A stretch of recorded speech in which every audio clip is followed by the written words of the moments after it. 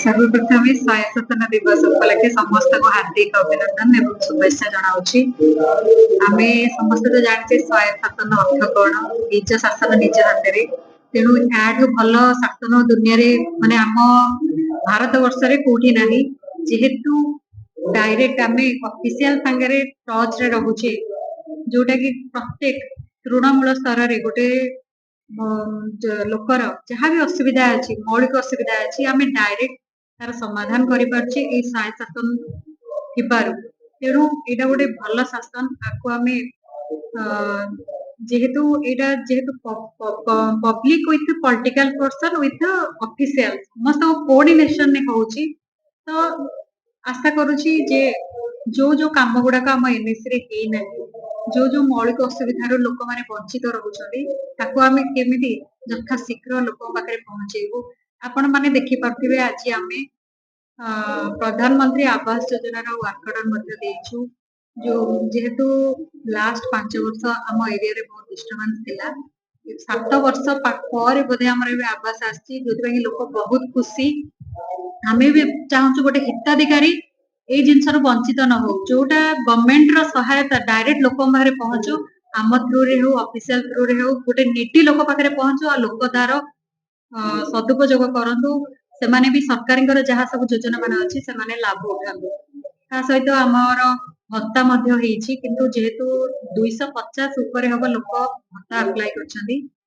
Target आमको ना जो आम आज भत्ता दे पारनु अल्प किसी कारण गोटे वार्ड को आ गोटे वार्ड अभिमान कर काउंसिलर तो से समस्त सम्मान भाव में देखा चाहिए ये सब जिनस आम दे पारनु सहित राशन कार्ड कार्ड हो राज्य सरकार और केंद्र सरकार मिलित सहयोग आम राशन कार्ड मैक्सिमम 85% लोकर तो जेहेतु आमर 300 लोक पाखापाखि राशन कार्ड पाइबे 80 लोक देले आ बाकी तक लोक काले विरोध करेंगे से उद्देश्य आम भी दे पारि ना यहाँ यथाशीघ्र किसी दिन भितर आम राशन कार्ड देदेबू आ गोटे एनएससी जो सुविधा गुड़ा आलोकीकरण आज अगस्त 31 तारीख जो जो जो वार्ड 400 लाइट नुआ लाइट आमर ग्रीनफील्ड लाइट लगी 400 जो लाइट आसी सबू वार्ड को किछि भाव में पृथक पृथक कर सामान भाव में दि जाइए इनागुरेशन करा सहित आमर स्मार्ट पार्क अच्छी आपण मैंने जानते स्मार्ट पार्क 14 एकर जगह जो कि आम एनएससी 1.5 कोटी टका इनभेस्ट है किंतु आखि दृष्टिया देखा जाई पारनी आम राज्य सरकार को देखिकी देइछु जे आउ किछि फंडिंग देले आम पार्कटा आउरी सरस सुंदर हो पारिबो सहित आपण मैंने जानछनी आमर स्मार्ट क्रिमेटोरियम गोटे अच्छी जोटा कि 75 लाख ताहा मध्य 80% काम सरछि आउ 20% काम बाकी अछि जोटा गोटे रास्ता बाकी अछि आउ पीएचडी जोटा पानी सप्लाईटा बाकी अछि जोति कि काम तार बंद हो पड़ी सहित आ गोटे आपण मैंने जेहेतु मीडिया बंधुगण होचंदी आम देशर चतुर्थ स्तंभ बोली कहउचंदी जोटी गोटे पॉलिटिकल लोक गोटे जनसाधारण गोटे ऑफिशियल लोक हेठी पहुंची पारनी आपण माने हेठी जाकी पहुंची पारछंदी समाधान करछन किंतु आपण मानकर सहयोग मते दरकार आपण माने भी हमहु त्रोणान्वित कले आम निश्चय जो जो असुविधा गुड़ाक एनएससी रे होची आम ताको समाधान करि परिबु तेणु विशेष किसी कहना धन्यवाद। नमस्कार मु अंजन कुमार कंधमाल एमपी प्रतिनिधि आज स्वयं साथी निखिल भारत स्वयं साथी जो समारोह होता तारी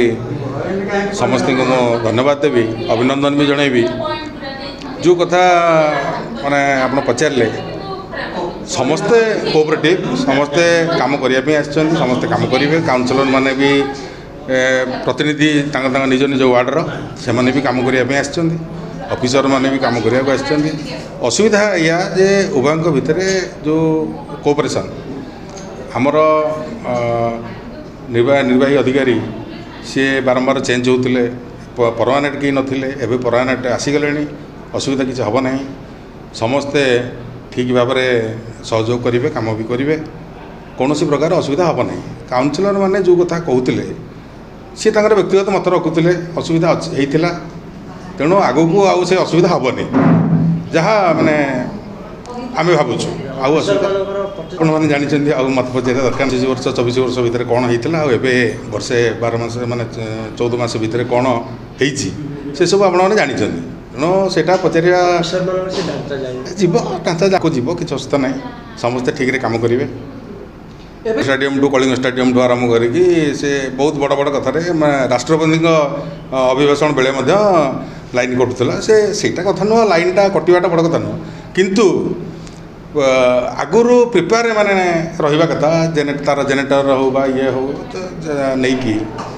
ତ ସେମିତି କିଛି ନାହିଁ ଗୋଟେ ମିନିଟ୍ ପାଇଁ ଲାଇନ୍ କଟିଗଲା ସେଇଥିପାଇଁ ଆମେ ଦୁଃଖିତ।